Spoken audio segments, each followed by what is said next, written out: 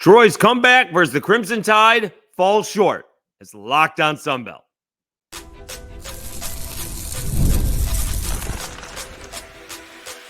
You are Locked On Sunbelt, your daily podcast on the Sunbelt Conference, part of the Locked On Podcast Network, your team every day.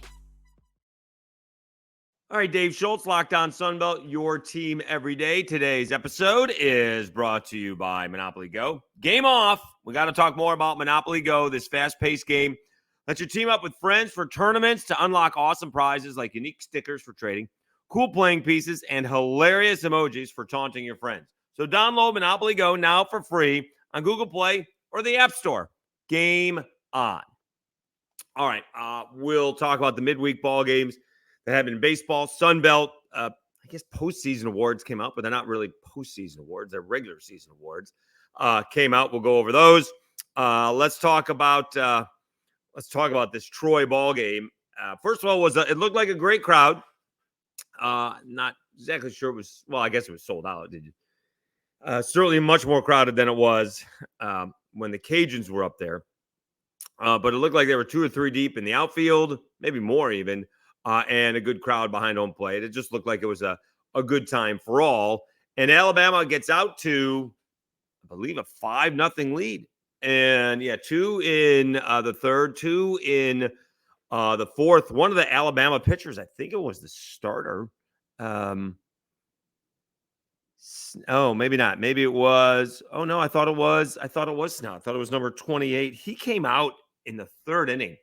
And they weren't sure why, whether he was sick or whether there was something going on, as Alabama had all those guys in the ER with food poisoning over the weekend. But he threw 2 shutout innings before Probst came in. And all of a sudden, Troy was down again 5-0, but they battle back. They get a run in the fourth, 4 in the fifth. The problem was what happened with Troy is exactly what happened to the Cajuns all weekend long that Troy took advantage of. So many times when the Cajuns scored, Troy bounced back. Well, you're down 5-0. You come back and tie it up. You can't put a 0 up in the 6th. And Alabama takes a 6-5 lead. They actually add 1 in the 8th, make it 7-5. But Troy, as they did so often this weekend, they put 1 on the board in the 8th as well. So it's 7-6 heading into the 9th. And Troy lost a tough ball game.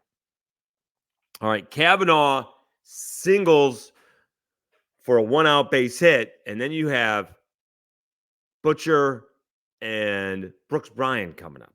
All right, they put in a pinch runner, Parker Sessions, for Kavanaugh, and they're on a 2-2 pitch or a 3-2 pitch. I think maybe a 2-2 pitch. Butcher sends one to right center field. All right. It does look like it could get in there. And obviously you want to score the tying run. The problem was it didn't get in there. And Parker Sessions was doubled up. The mistake on Sessions' problem is that he went past second base. He could have ran all the way to second base and probably still gotten back there. Unfortunately, runs past second, turns around, and comes back. And by the time that happens, he's too late. Maybe he doesn't have to. Maybe he needs to go more than halfway. Because if that thing falls in there and it's a double, you have runners on at second and third for the leading, RBI man in the nation. Or if you end up walking him because the tying runs on at third and the winning run is on at second base, you have Tremaine Cobb. So plenty of options for Troy, except Sessions gets doubled off of first base. That's tough. So that's the key. It's not only does he get doubled off of first base, he gets doubled off of first base, and the next batter leads the nation in RBI. And you're the pinch runner. You were put in there to run, and I get it that maybe it's not halfway anymore because we're not in Little League, but boy, that's what you remember. That's what you were taught, right? And it's not behind him going to right. It's right center field. He's looking right at it, and that's a tough loss. I don't know let's see if anything changed RPI-wise, right? They actually went from, I thought, 46 to 47. I can't imagine they changed too much. It is a home loss. Let's see.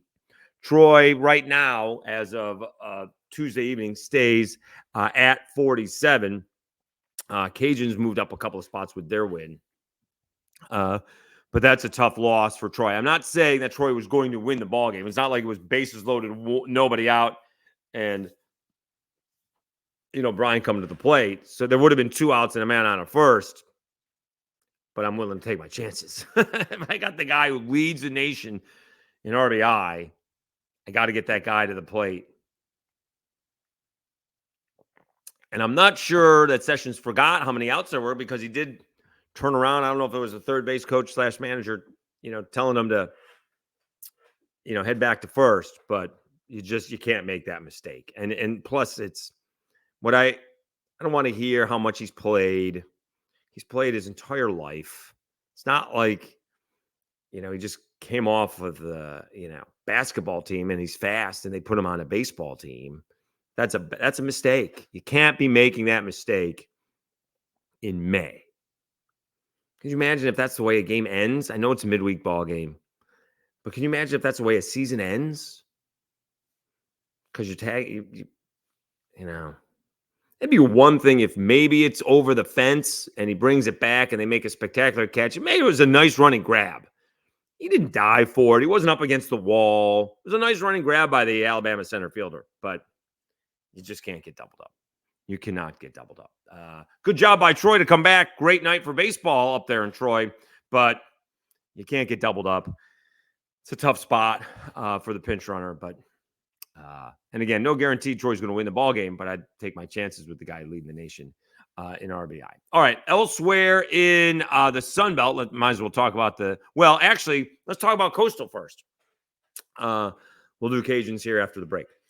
Coastal comes out and hammers UNC Greensboro. They let their frustrations out on them in a big way. It was 9-0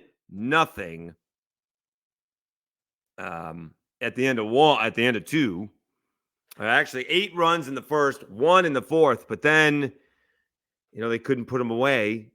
Greensboro scores 4 in the third, 2 more in the 7th, 2 more in the 9th.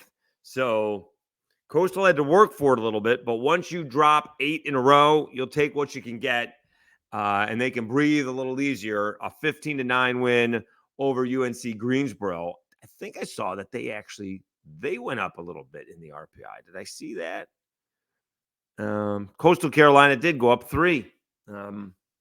They're 29. So they certainly feel a little bit better as well. I think it was On 3 did it. He's got a lot of whoever wrote it. I probably should look that up. He doesn't have Coastal in right now. They still have work to do. And he's got the Cajuns in. I presume that's because they're in first place. That's crazy. One has a 48 RPI. The other one has a 29 RPI. And the other one took 2 out of 3. One took 2 out of 3 from the other one. So that's kind of odd.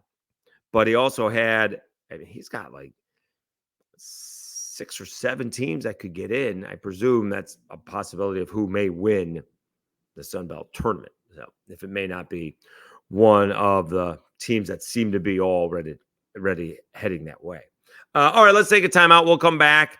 I don't think Matt Deggs was all that thrilled with the Cajuns' 5-0 win over Jackson State. We'll talk about that when we come back. First, let me tell you about eBay Motors and Lafayette Travel.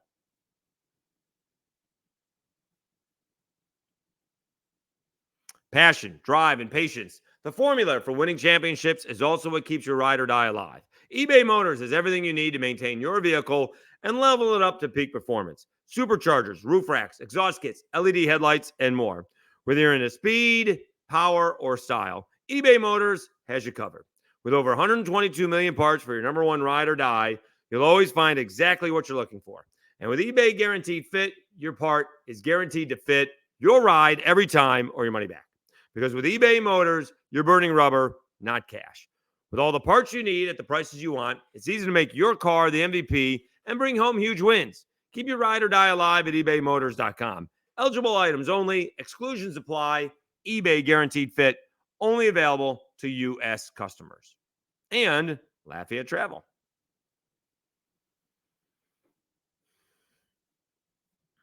Escape to Lafayette, Louisiana, the happiest city in America, where every visit is uniquely seasoned with unforgettable experiences. Savor world-class cuisine, including mouth-watering boudin, savory gumbo, and piping hot crawfish, seasoned to perfection.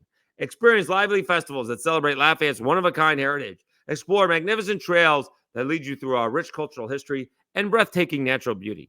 Discover the untouched purity of our cypress and Tupelo swamps, where you can paddle past nesting birds and sunbathing alligators. Immerse yourself in the vibrant rhythms of Cajun and Zydeco music that can be heard any night of the week. Whether your passion is for our rich cultural history, the bustling culinary scene, or the distinctive blend of Cajun and Zydeco music, the happiest city in America has something for everyone. Start planning your adventure at LafayetteTravel.com/season.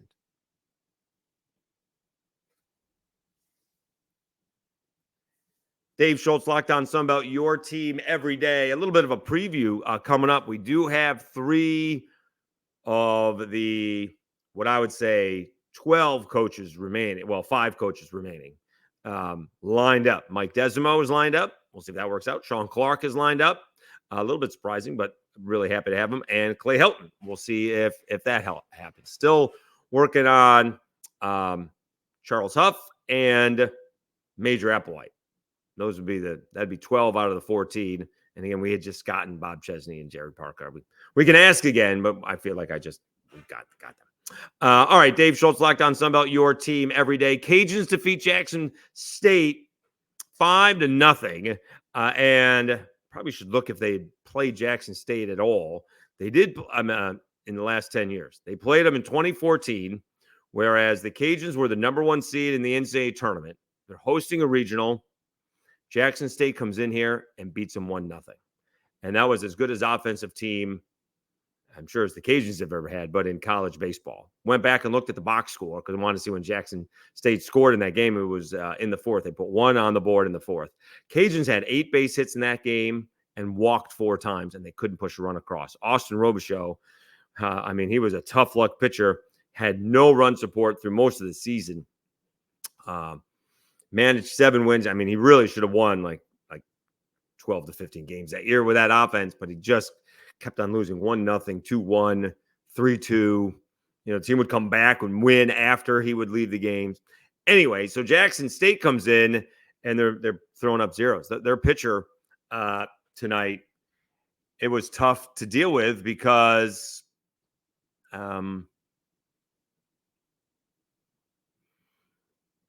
he's throwing 83, a lefty throwing, topping out at 83. Throwing in the 60s and the 70s. Real off-speed stuff. And it was tough for the Cajuns to make the adjustment. It's one thing to say you got to make the adjustment. It's another thing to be able to try and do it, because that's just hard. When it's that slow, like Bull Durham, quick bat. And this is, you got to stay back. Go the other way. Should be mentioned that JT Etheridge went a career high 4 1/3 innings after getting roughed up a little bit on Sunday in Troy. Comes back, doesn't give up any runs, only 1 base hit and a walk, and both of those were in the 5th inning. He started out 4 1/3 innings of perfect baseball, struck out 6. Blake Marshall came in, pitched well. He got a couple of strikeouts in that 5th inning, finished with 3. J.R. Tollett pitched to 1 batter, struck him out. Carson Fluno, a little bit of an issue. He struggled a little bit in the 8th. That brought in LP Langevin a little bit earlier than they wanted to, but in an inning and 2/3, he struck out 4. I think he is the closest guy that the Cajuns have to a big leaguer. He's not going to waste a whole lot of time finding his way. If he can add a little bit of a breaking ball or changeup, that he throws strikes and it's got a little bit of movement, and he can blow it by people. But after the ball game, Matt Deggs was grinding his teeth. He was not happy. No, he was not. He said something to his players. We go down on the field and we wait for they're done, whatever, make a circle. I'm not even sure what that is. They gather all around Deggs, and then they, whatever he says, they finish up with a prayer, and then Deggs does radio, and then he comes over to us, and he said something. Someone sent him off, and he was not happy. So he made that evident. I thought there was some positives. They did get the job done. They got some insurance when the second baseman could have had 2 errors on one play. Second baseman dropped the ball, and then he picked it up. Bases were loaded. Second baseman drops the ball in shallow right, and the right fielder picks it up, throws to second for what would be a force play, and the second baseman drops it. Well, I guess what could have been an infield fly rule, and maybe should have been infield fly. I don't know. The bases loaded. Interesting. Maybe not, because he was drifting back to shallow right. No. Cajuns, as I mentioned, did move up to, what do we say, right behind Troy, 48. Right behind Troy. Again, people have the Cajuns in, looking at the standings more than their RPI. We'll see what happens. It's a big weekend against Georgia Southern. All right, let's see where else happened in the Sun Belt today. We told you Coastal Carolina, Troy.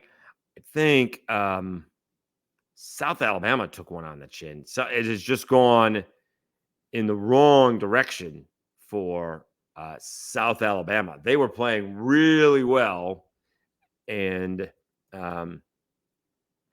went into App State, took the Friday ball game,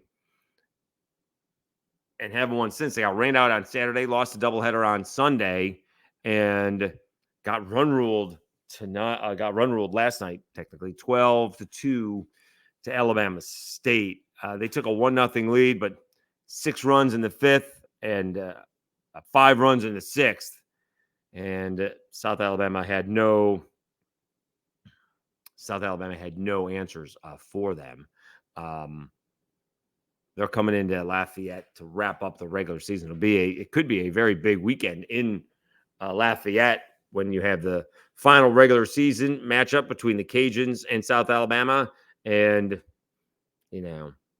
4 iron or so away, the softball team is hosting a regional. Unfortunately, I won't be here for that, but that's neither here nor there. Let's see if we can find these other teams, if they won or not.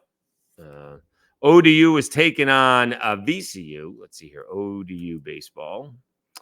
Better on Twitter is kind of the easiest way. Let's see here. ODU beats VCU. That's a nice win, 14-8. All right, so nice win for the Monarchs in Richmond, I guess. Taking on Virginia Commonwealth. And let's see what the other game was. The other game was Arkansas State and Memphis. Let's see here.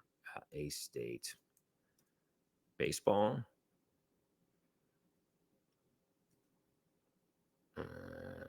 Arkansas State baseball. All right, on Twitter, yeah, easy. And Arkansas State beat Memphis.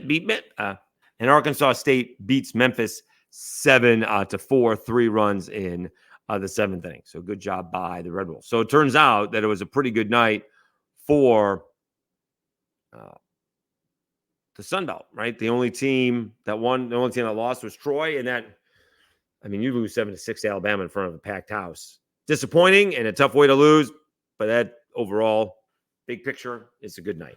Coastal Carolina won. That's good. Oh, South Alabama took it on the chin. That's not good. Cajuns won. Arkansas State won. South Alabama and Troy both lose. Coastal and Old Dominion both win. All right, let's take a timeout. When we come back, we'll tell you about the softball awards. They were announced on Tuesday. We will do that after I tell you about Monopoly Go and Yahoo Finance.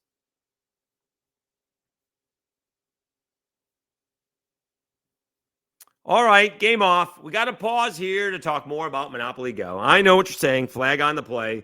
You already talked about that, but there is just so much good stuff in this game. In Monopoly Go, you can team up with friends for timed tournaments where we work together to build up each other's boards. The more you win together, the more awesome prizes you unlock. And there's so much to get. Unique stickers you can trade with friends to complete albums for prizes. Cool new playing pieces to travel the boards with. Hilarious emojis for taunting friends when you smash their buildings or heist their vaults. Plus, Monopoly Go feels new and exciting every day with constantly changing tournaments and challenges. A ton include their own unique mini games like digging for treasure or a robot pachinko machine. And there's always new timed events that help you win big, like massive multipliers for everything you win or rent frenzies. There's always something fun to discover in Monopoly Go, so get off the bench and go download it for free in Google Play or the App Store. Game on. Also, Yahoo Finance. Let's get straight to the point. You want to grow your portfolio to deal with the rising cost of inflation, to pay off your debt or your mortgage, pretty much anything standing in the way of you and financial freedom, right? With Yahoo Finance, you get access to the news, data, and tools that you need in order to reach that financial freedom. For more than 25 years, Yahoo Finance has been the brand behind every great investor. Whether you're a seasoned investor or looking for that extra guidance, Yahoo Finance gives you all the tools and data you need in one place. They're the number one finance destination, producing a holistic look at the financial news cycle, including breaking news, original editorial perspectives, analyst ratings, independent research, customizable charts, and so much more. Securely link your brokerage accounts for a unified view of your wealth, including 401ks and other investments. A comprehensive perspective is what sets apart great investors, and it's how Yahoo Finance ensures you have the insight to look at your wealth in its entirety. With a community of over 90 million users each month, the real strength is helping you on your way to financial success. For comprehensive financial news and analysis, visit the brand behind every great investor, yahoofinance.com. The number one financial destination, yahoofinance.com. That's yahoofinance.com.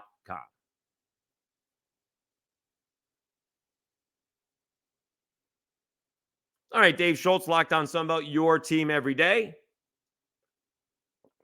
We have softball tournament, Sunbelt Conference softball tournament is kicking off, weather permitting, today in San Marcos. The bottom four get a chance to go play the number one and the number two seeds, should they win. But a lot of the season awards came out. I guess postseason awards is what we're calling them.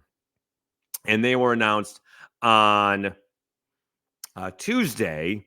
And as you might expect, lots of Cajuns as they won their fifth in a row and have won 89 straight Sunbelt series. A little bit surprising. Maya Davis is the player of the year in the Sunbelt. So Maya Davis was the player of the year.